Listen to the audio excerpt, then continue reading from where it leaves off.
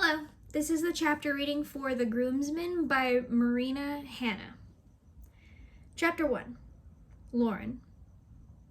I'm not sure what wakes me, but as soon as I'm roused from the most satisfying, peaceful slumber I've had in months, I remember exactly where I am and how I got here.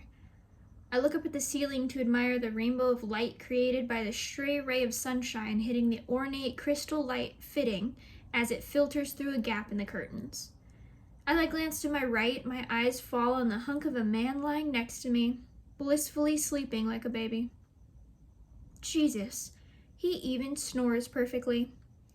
It's slow and infrequent, and almost like a sigh.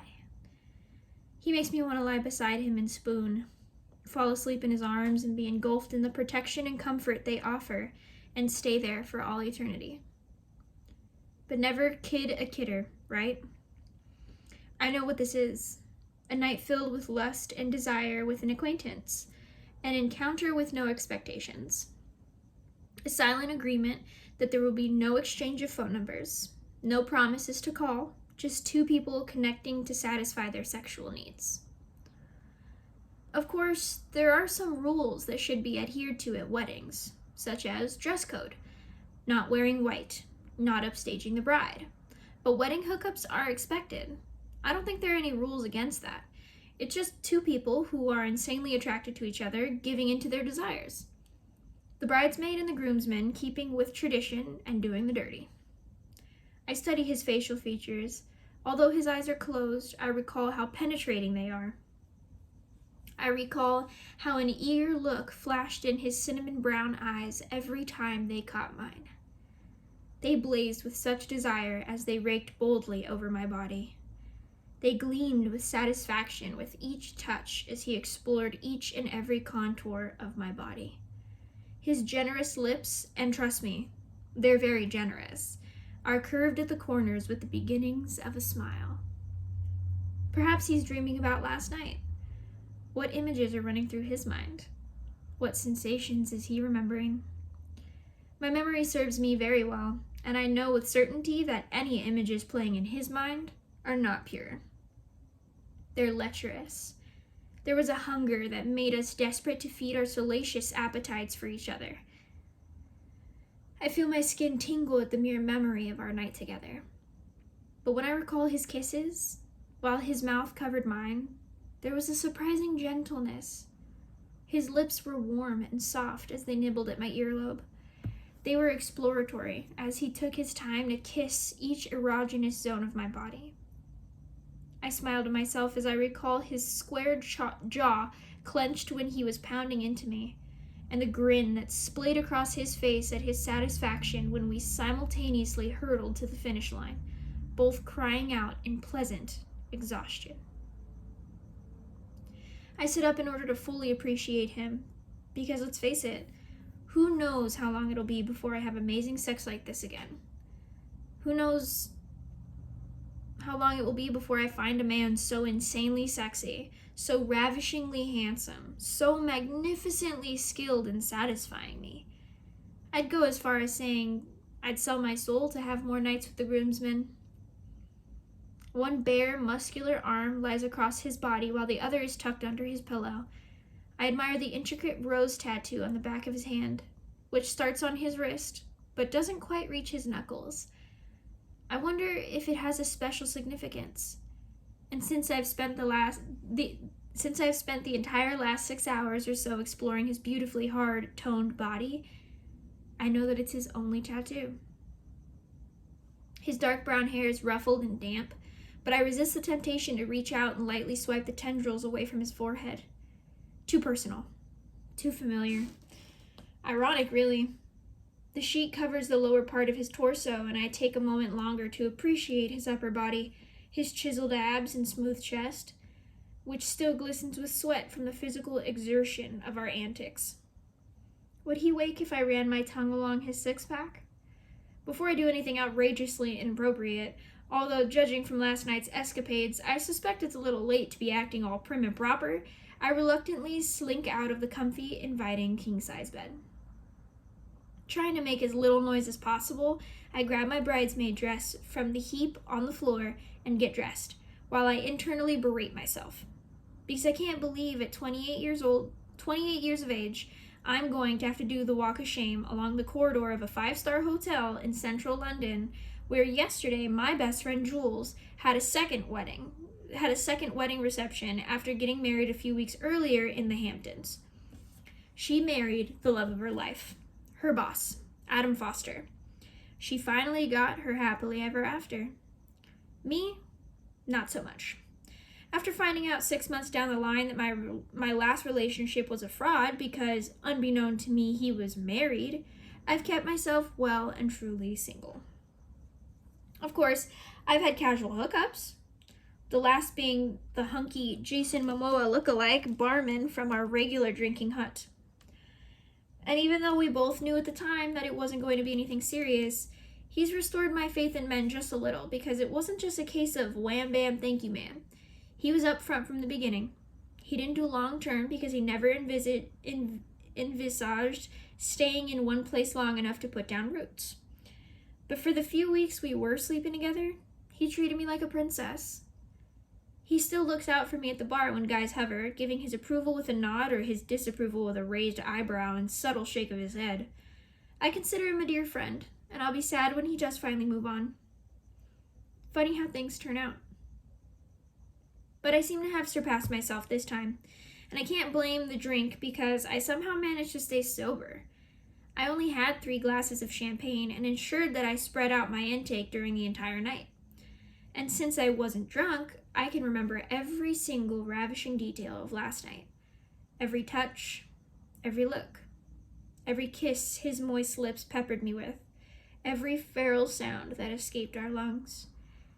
I let out a silent sigh at the fact that last night will be consigned to mere memories, albeit exquisite memories, forever lingering on the edges of my mind. It's safe to say that with one night, he's managed to ruin me for all other men.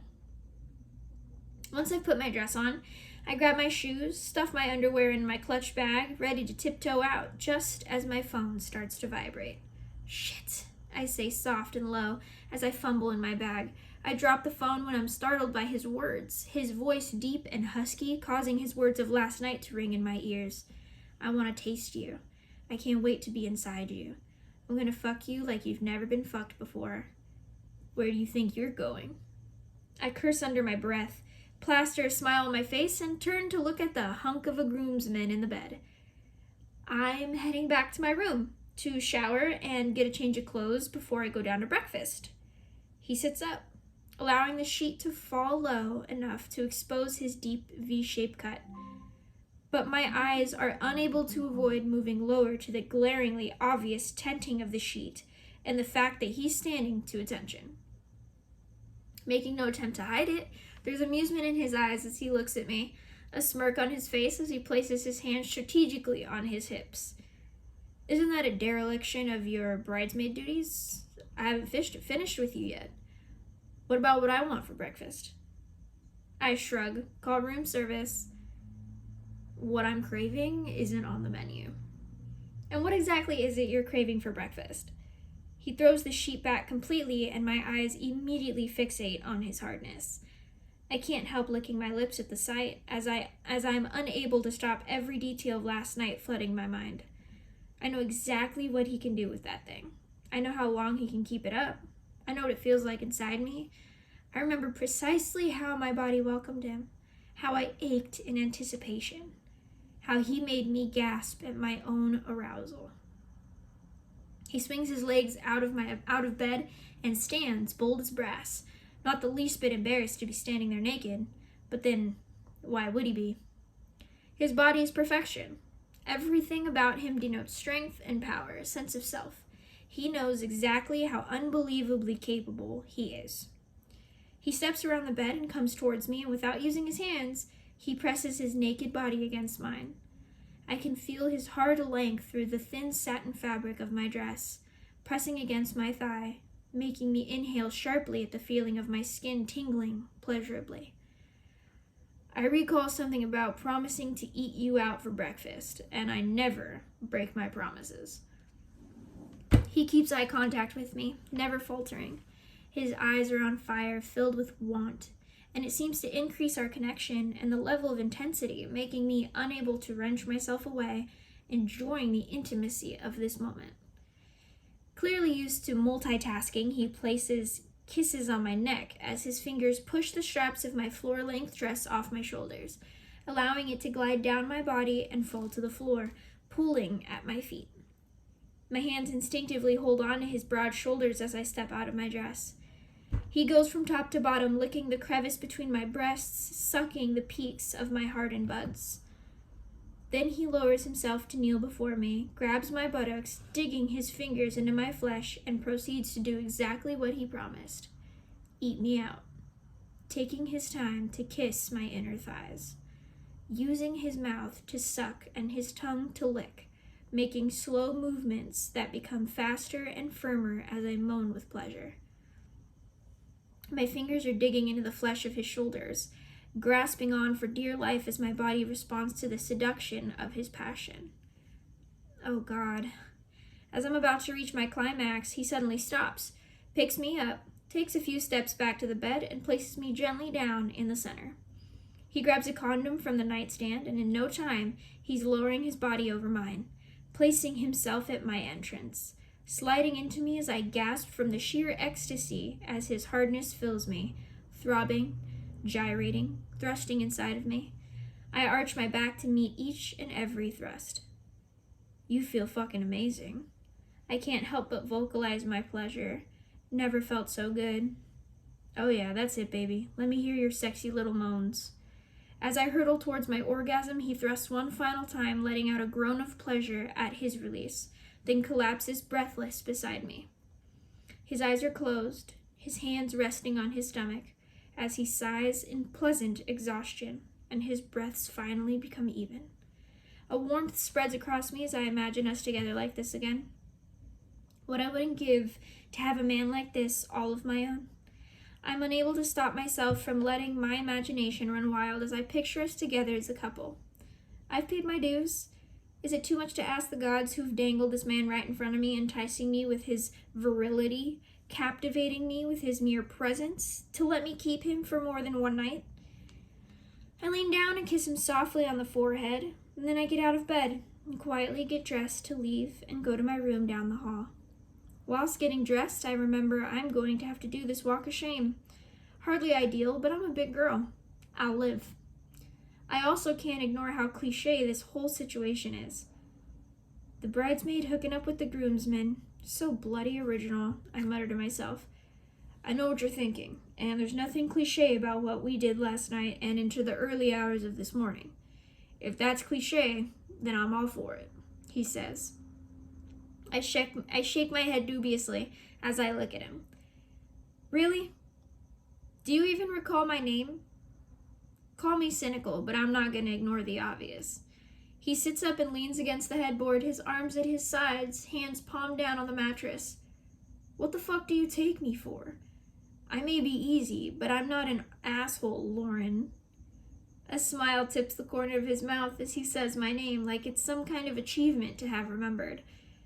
And the fact that you were repeatedly screaming my name as you came does wonders for a guy's ego. I can't help smiling at him, secretly pleased that even though I'm probably just another notch on his bedpost, at least I'll be memorable. He, on the other hand, will definitely be unforgettable. In fact, I'll go so far as to say that I suspect I'll have a smile on my face for months to come. I had a great night. Thanks for everything.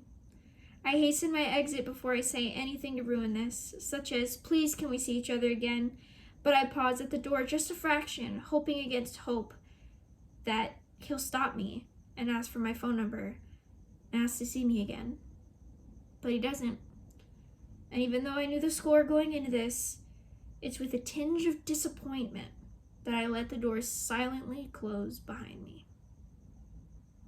Chapter 2. Mark. I'm lying next to the sexiest woman I've ever met, and after having the best night of my life, I'm not prepared to let her walk out without having one more taste, one more helping, and what a sweet taste she is. As tempting as it is to ask her not to leave, after finally letting her go, and as the door closes behind her, I'm left alone with my thoughts. I can't even recall a time when I questioned my feelings after a good fuck. But for some inexplicable reason, the only thoughts running through my mind are whether this is more than physical attraction. Thank you.